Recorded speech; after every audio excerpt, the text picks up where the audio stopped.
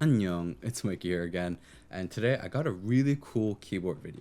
Now, first, thank you guys so much for supporting this channel.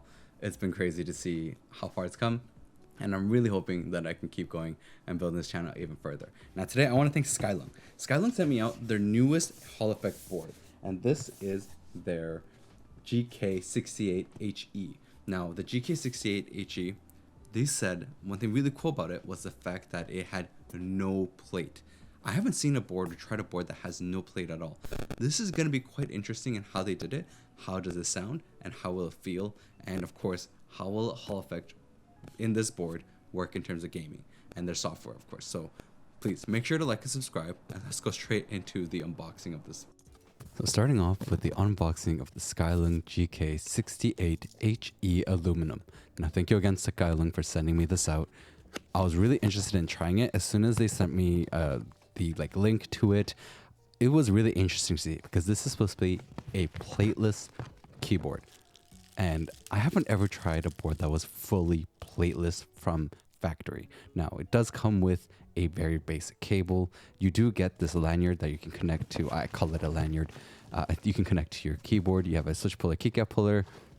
Was surprised that there wasn't really any extra switches though, but as you can see here in the packaging, it says no free returns once open. So keep that in mind for yourselves. If you do order this and you do want to return it, you cannot open up that plastic packaging. So please be cautious before you open it. Now, this is in a fully aluminum case. I was quite impressed to see how good the actual material was. I honestly thought that part of it would be plastic and parts of it would be aluminum, but no, this thing is actually aluminum. Very impressive. But of course, we have to weigh it before we go into the sound test, and it weighs 995 grams.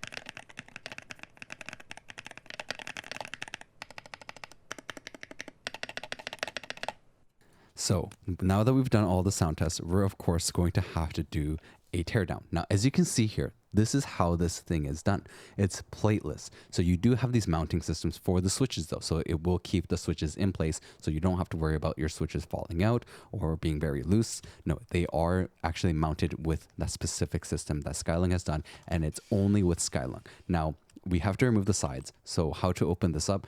I thought maybe like it would be gasket mounted or something like that, but it is technically in a way gasket mounted, but it's actually more of like a how should I say it, like it's surrounded and you have to push it in and it's then pushed into the sides. Now as you can see there, the aluminum actually has that gasket mounting in there with the the socks on the plates.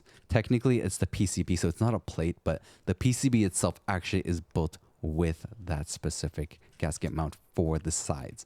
So it is gasket mounted, and also as you can see how I'm pulling it out is you actually are in like, it's more like, how should I say, it's rolled up inside the case. So very interesting way of doing it.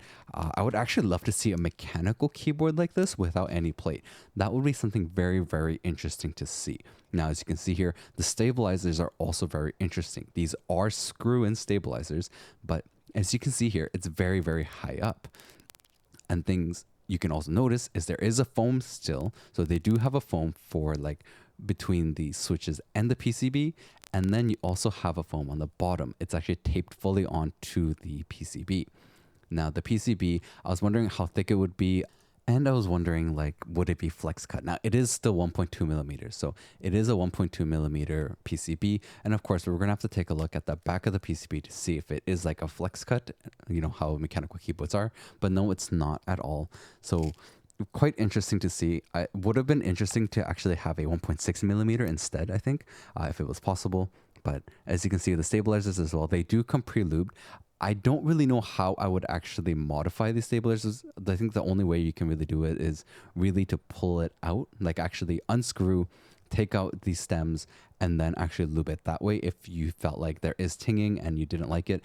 I'm actually quite impressed with these stabilizers. They didn't have actual crazy tinging, but one thing you'll notice though is because there's no plate or anything, the spacebar does have a lot more of a hollow sound. So keep that in mind for yourselves. And as you can see here on the bottom of the board, it is with the silicone, and then it has a styrofoam sheet, actually not even sheet, just foam in the empty section of the silicone. Now, I don't think the styrofoam is going to be the best in terms of the sound dampening. So I'm actually going to add some of my car sound dampening in that empty space instead. And hopefully that will help a lot with the sound. And of course, I'm going to do a 2-layer tape mod because I felt like there was still a lot of vibrations because it's actually directly connected to the case and the whole case is ringing. Right? How sound will work is that it's vibration based, right? So we're having vibrations go through the whole board, and that's why I actually put tape mods to hopefully help dampen that, and hopefully it will help the spacebar as well because the spacebar really does have a lot of ringing. And putting in that data cable, I'm gonna be honest with you guys, was incredibly difficult. You're really gonna have to be careful. Like it took me many, many minutes. Here, this is post edit, right? So I made it shorter. I cut a lot, but I really had a very difficult time. I had to make sure like all the pieces were done. And of course, putting it back together on the sides as well was a little bit difficult. You really have to line it up carefully with the holes for the screws, and specifically the side where the lanyard goes in, it doesn't line up perfectly. As you can see here, I was actually trying to see if maybe I had it wrong the whole time, but it's just you really have to press it in and then really line up the screw holes perfectly. If you don't line it up well, it will have a little bit of a misalignment, and one of the screws specifically on the lanyard side will not go in properly. So be careful with it and take a look at it and move it around carefully to make sure that you actually are aligning the screw with the hole, or you will have a misalignment and it'll just be very difficult to do. Now, the spacebar, as I mentioned, it still has a lot of tinging, a lot of hollow vibration sounds. You will hear it a lot on this specific board. That's why I modified the spacebar like crazy. I put in the car sound dampening foam inside the spacebar, right? It really does help. And for any other mechanical keyboards that you have or other boards you do, if you want to modify your spacebar and make it a little bit more quiet, this is the best way to do so. Even with the car sound dampening foam, I felt that it was still loud. So I actually added an extra layer of tape on top of the foam. This I felt really would help a lot more.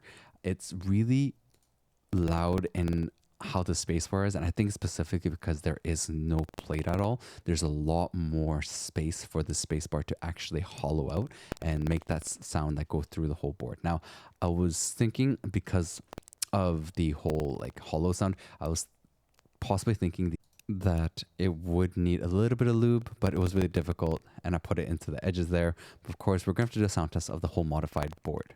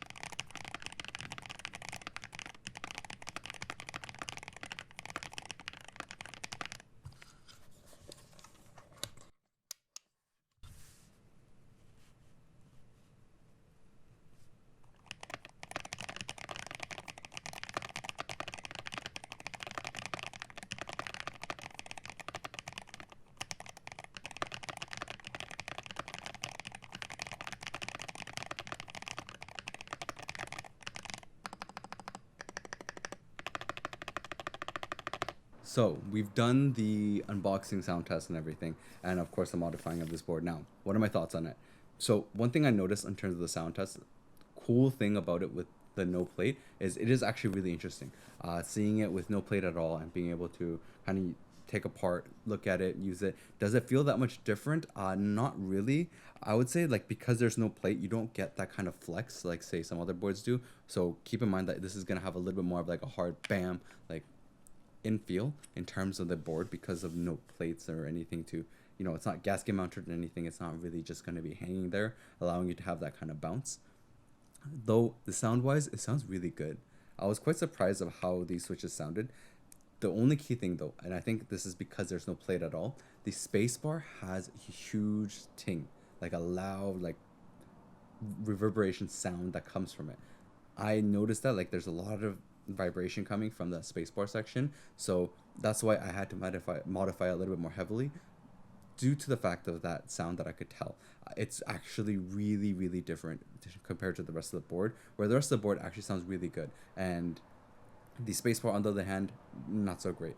I think it'd really cool though if they made this board where it was like, you know, ability to do both, like plate no plate. That would have been really cool. But you know, we're gonna have to go into a little bit more detail of this board, give you guys my opinion, and of course compare it with some of the other Hall effect boards out there. So let's go straight into that. So one thing I did notice with this board, going more in depth into it, is the fact is the CNC and the aluminum on this case is really well done. It is a really nice finish. It's super smooth. The CNC on this is incredibly well done. Now, one thing I do really appreciate on top of like how this board is built is the fact that it comes with the specific angle adjusters. These angle adjusters is a huge improvement to this board, and it really helps a lot, specifically depending on the person. Different angles really will help a lot in ergonomics and the comfortability of using a board. I've never seen an aluminum board actually have that in there. This is the first time I'm seeing it, and it was really a great addition. Now, it does have a volume knob, which is also cool. I think in total, how this whole layout is for 65% is really well done. Now, as I showed you guys earlier, the spacebar does have a lot of hollow sound that you will get from it, and it will sound bad, right? Keep in mind, it will sound very bad. But if you do the modifications that I just did in this video, it really does help a lot, and I think it makes the spacebar a lot better. And I don't know about you guys, leave in the comments down below if the mods really helped. Now, the specifics of this board is that it is a Hall effect board. So it is a Hall effect board with 8K. It has a really nice design to it. I do love these keycaps. I think these go really well, and I'm going to show you guys a little bit later in terms of like the backlighting of it, and you will see something really cool with it. Now, as you can see here, the switches are not like tight in the actual mounting in there. It does have like sections where you will have the keycaps. When you pull it out, it will pull out the switch. Now, as you can see, this is a box stem switch, and this is Skyloong's own Hall effect switch. It does have a little bit of rattling at the top end. Once you do press it down, it's actually not too bad. You'll get very little stem wobble. As you can see with the keycaps there, sorry, it didn't really focus there, but it does have a little bit of movement. Now, as you can see here, taking out the switch, you can see how this mounting system works, and it is quite interesting. This is Skyloong's own proprietary technology, and I would love to see how they do this with an actual mechanical switch.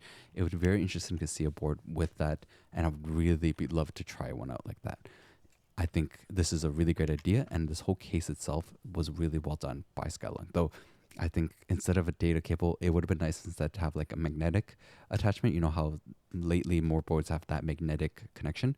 I think that would be really cool to see with this kind of board with like either the mechanical or Hall effect, but specifically mechanical. Now, as you can see here, sorry, there's a lot of sunlight that was coming to my room. It is summertime, so it couldn't get pitch black, but the lighting on this keyboard is really, really bright. Now, I do appreciate how the keycaps were done. As you can see, it has this really beautiful design on the keycaps where the light shines through, and then you can also see the lighting through the letters. This is an incredibly beautiful design. I love how it was done. I love how it shines through. Like, this is a really nice design from Skyloong. And the thing is, the switches also don't have bad lighting, or like it doesn't affect the lighting color either. I think incredibly well done, and I really like how it looks. Like, this is really a beautiful board that's very, very bright. So if you're someone who loves to have like this really colorful design on their board, definitely go take a look at this board because it looks nice. I love the white with the gray. It actually looks really good in person. Like, I think the white coloring is just superb for this board, but of course everyone has their preference. This is just my personal preference. Now, of course, let's go on to the website. Now, going onto the website, this is the GK68HE Aluminum version. Now, as you can see there, it starts at $75 and it goes to $125.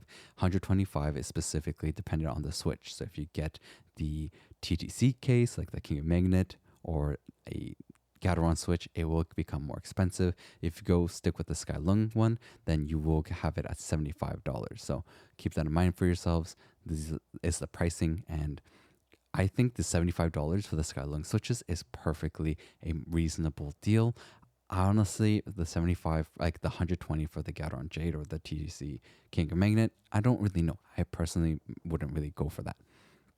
I think the Skyloong probably will sound the best. Now, it is 8K, it has low latency, it has the adjustable magnetic switches, has a web app and software, which we'll look into later. It is a PBT keycap, as you can see. It also has Mac mode, Windows mode, and the amazing thing about this board is the design of these, like the front. So it is supposed to be ergonomic for you. It's like having your own personal wrist rest without having a wrist rest. So that thing was really cool, but I think it's a little bit too short to really be a wrist rest. I think some of those people out there that don't like using a wrist rest, it will be ergonomic for you. Now, as you can see here, it does have the modes where you can change the different layer, like different profiles. So you can either do your gaming profile that you can set up, or you can change it to a typing profile or office profile, depending on what you're looking for. So you have a very easy switch to change through profiles. Some Hall effect boards out there don't have that, like profiles, which is really bad. I think profiles is really important to have because gaming profile and typing profile is very, very different. And I do appreciate that they do have that in this board. Now, they do also have like a DIY component there where you can get a PC plate or silicone and you can actually add a plate to it. I think it would be really cool if they sent me that, or like a version that I could try, but unfortunately I didn't get to try that. Now, you have two different softwares for this. So you do have a downloadable software, right? This is the download software. It's very good for, I think, just changing like the keys, but in terms of like more advanced features like snap tap or anything like that, you don't really have much room to really modify anything. I think just using the web app is a much better solution. This software is very bare minimum, and I wouldn't really suggest using that. Now, this is actually using the QMK web app for Hall effects. Make sure you download the driver support. If you don't download it, it won't actually show up in the other QMK like web app version, which is the IOT one. If you connect your board and you have issues with this board where it doesn't show up at all, please make sure to download the driver. I know that in Skyloong's website, it leads you to their web app, but that web app doesn't work. You have to use the QMK one, and I'll have this link in the description for you guys for anyone that does have one. It's just important. And as you can see here, because I didn't download the drivers, it didn't show up. So make sure you actually download the drivers itself, and then it should be able to actually show up on the QMK website. It's a weird thing. I'm not sure why it happens like that. Sometimes you have to download it multiple times or run it multiple times. So keep that in mind for yourselves. This is kind of a bad on this, like it's a con, because every time you connect it, sometimes it will show up, sometimes it won't show up, and it'll be dependent on you downloading that specific driver. Now, as you can see here, this is a much better one. You do have all these advanced settings, snap tap, DKS, dynamic keystroke, and you can see switch settings. You can also see stroke settings here, and you can see the pressing, like distance actuation, as well as the depressing or releasing, sorry. And this is also how you can change it. So this is how you can change specific keys in there. You actually have to click on it, and then on the bottom, as you saw, like the keyboard logo there, if you click on it, you're actually able to make changes and confirm. That's one way you can actually make certain changes depending on if you want to change up where your keys are. And this is the best way. You also can actually change the function, and the function key one is actually in the media. So I'm in the FN settings right now, but you have to actually go to main and you can see it there. So if you go to main, you'll see immediately there is FN, and you can actually move the function key to a different key. And that will allow you to, modify it however you need to. So keep in mind for yourselves, those that are using this specific web app and aren't sure how to make those key changes on your board. Now, of course, we're going to check Keyboard Inspector and see what polling rate we're getting. Of course, Keyboard Inspector isn't the isn't the best way to do it, but as you can see here, like we are looking at, because each board does have scan rates and it differentiates a lot, but we are looking at like we're gonna get the full 8K.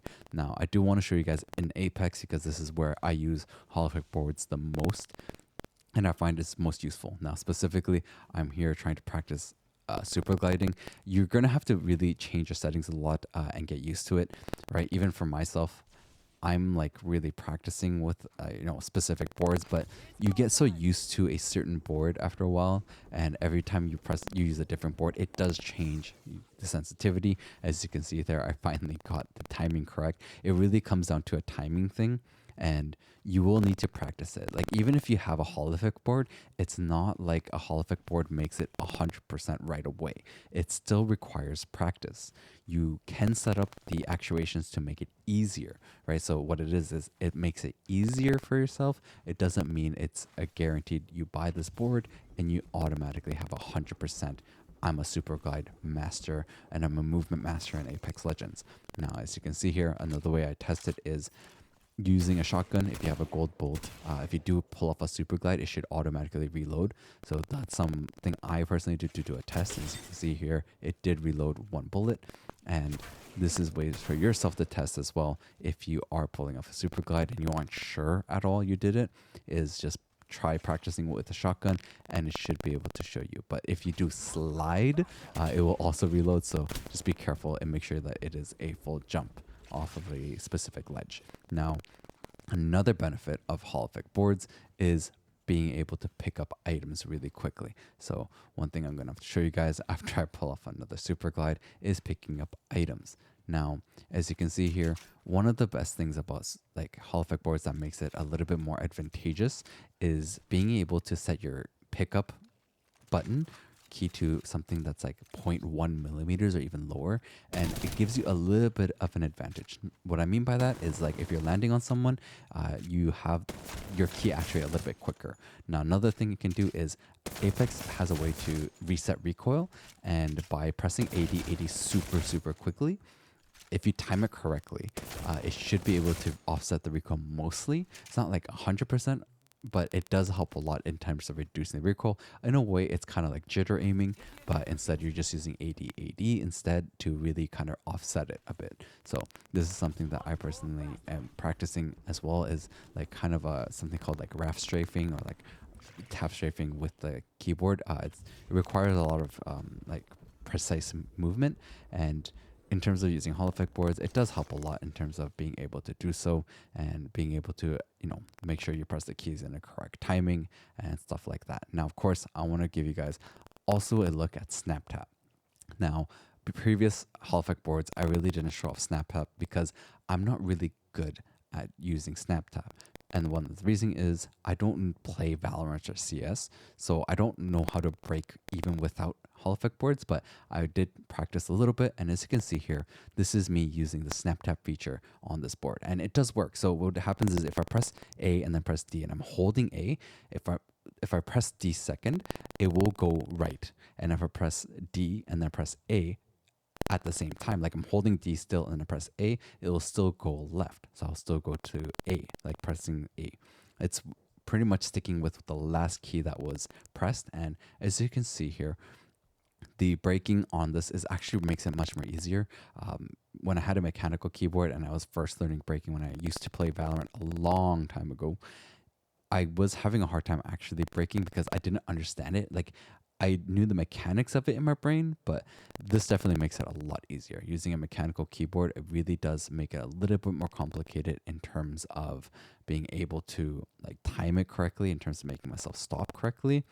But with the holographic board, I can just keep holding A and then press D, and it will break in between. So there is a slight break in between, but then it moves. So like you have to really make sure you shoot quickly while you're doing it. And as you can see here, like I'm still constantly moving left and right, but I'm timing the braking time, being able to shoot accurately instead of the bullet actually shining off to something else. Now, another thing I want to do is show you guys a little bit of gameplay footage with the Skyloong. Now, this is my game in Apex. It's a ranked game, and this is kind of where in the beginning I don't really show off here like the benefits of landing, but usually one of the benefits of using a holographic board is being able to land with someone and being able to pick up an item much faster than someone else. But of course, this also comes down to your ping. If you have a higher ping than someone, obviously they're still going to beat you, even though your actuation is a bit quicker. Now, one of the benefits that I find is being able to press certain buttons much quicker and of course more accurately at the same, like in timing wise, because sometimes if I want to press a button, like specifically if I want to do an action, my reaction time might be a little bit on the slower side, but because the board is able to do it a bit quicker, it allows me to have a bit of a slower reaction time, but the keyboard kind of does the extra bit and makes the reaction time a little bit quicker. So this is like a small benefit. Now, these are things where like pulling off a battery, right? I'm able to pull it out much quicker than say if it was with a mechanical board where my reaction time might be a little bit slower. So these are just simple things, and honestly using the Skyloong in gaming was really actually simple. It felt very, very comfortable to use as well. Specifically, like having that angle adjuster really allowed me to have it at an angle where I felt like my hand was comfortable. And sometimes with certain boards, I actually get like numbing in my arms because the blood flow and just like the ergonomics of it isn't really perfect. And with the Skyloong, I just adjusted it with the angle adjuster, and it went really comfortable for me. And as you can see here, like pulling out certain things, it is quick, and opening up a box, right? Like that's a huge benefit where I can quickly open it up and farm what I need to or armor swap. These are things I find are benefits of having a holographic board. Now, is it game breaking, or is it like out to the point of like say cheating, like say in CS where they say snap tap is it cheating? No, I don't think it is in Apex. Specifically in terms of like, I don't think it's a huge difference, but a very, very minor difference. And as you can see, even like pulling up a res, right? I pressed it a lot quicker, and it's just something for me as just a small plus to your reaction time compared to say something like just what your a regular reaction time might be. So you just get a little bit of a bonus. Of course, in the more higher competitive field, this might be a different story. This is me, a regular player, right? I'm not like super talented, or I'm not like a pro level gamer. I'm not even able to get past diamond. Like I keep dropping to plat and then going back to diamond. So that's just my skill level. I'm not really good at this game. I just play for fun because I really enjoy the high speed intensity. Though if you're a movement player, this definitely helps a lot. It'll make movement much easier, and really I think it is game breaking for movement players. Now, going into like more actual of this board, like believe for the pricing that this board is, it is a really competitive board with a lot of other holographic boards out there. The build quality is amazing. The sound wise, it actually sounds pretty good. I was quite impressed with the sound of it, and the typing feel of this felt good after looping the switches. It does feel very smooth. But of course, we're going to have to compare this with other keyboards. Now, as you can see here, this is my spreadsheet. It's a very basic spreadsheet, sorry. Not much special things about this. Now, these are many of the holographic boards that I've tried out there. All right, I have the Skyloong here that I've highlighted for you guys. We have the Mechlands M75, the Chilkey Slice 75, Wooting 80HE. We also have the Newfie Air 75HE, the Melgeek Made 68 Pro. We have the Ueden, we have the Monsgeek, Applemaker, M-Chose, Lumenkey. As you can see here, we're looking at a price range between $75 and $125. This thing has both a web app and a software, right? There's not many out there that have both. All right, the ones that do is going to be specifically the Skyloong, the Wooting, and the Monsgeek. Now, going more in depth with this, right? The comparatives I can say is at the $75 mark, you're comparing this specific board to the Mechlands M75, right? That's $75 with the mech lens is $70 USD, and going to be a much more closer in price range. We also have the budget range, but I think the Mons Geek one is going to be close to this price range as well, at the $60 to $90 mark, depending on if you get like the basic version to like the ultra. So going more with this board, I'm actually quite impressed with how it is in terms of the whole board itself. Now, the Monsgeek is a little bit special. The Monsgeek is a hybrid board. What does that mean? It can actually do both mechanical switches and Hall effect. So it is very, very interesting. And it also has a wired and wireless version. I think if you are looking for a hybrid board, something interesting to look at. But it is a 60% board, so you're not really getting the arrow keys, and it is a little bit uncomfortable with the specific web app they had. Now, the Skyloong is a 65, which you have the arrow keys and then volume knob, which is a great bonus. I personally am a fan of 65% more than 60% boards, but this is a personal preference. I would say in terms of performance, both of them are performing both very equally, and both of them have very good switches and sound. And they're both aluminum cases, so it really will come down to your preference in terms of the layout. So where would I put the Skyloong in here? I really think the Skyloong has a very different stance in the market, where it has this very interesting proprietary thing with no plate. It sounds really good. It feels great as well. So the whole layout as well, with the 65% volume knob and the different angles, I think is a really great pickup. If you are looking for one and you don't want to spend $100, I think for $75, you're really not going to make a mistake getting the Skyloong, because I think it is probably the best one in the mid-range bracket for Hall effect boards. Now, yeah, comparing this with the other boards, this is really impressive. Like the build quality and everything from Skyloong. I'm going to be honest, when I usually think of Skyloong, I'm thinking more budget-based builds, budget keyboards, things like that. This one actually, in terms of the build quality and how they did it, and even the new technology that they're trying and all these different things, I think was really, really well done by them. I think this is a board, if you're looking for a 65% Hall effect board that sounds also really good, has an okay software, right? It is technically like a QMK skinned software. This one, I would say, is definitely worth looking at, right? Especially if you compare like the other ones around the price range, around a little bit more on the budget, but not like super budget where it's like the $45, $50 range, but like more around the 80, 90 with like aluminum casing and a nice build.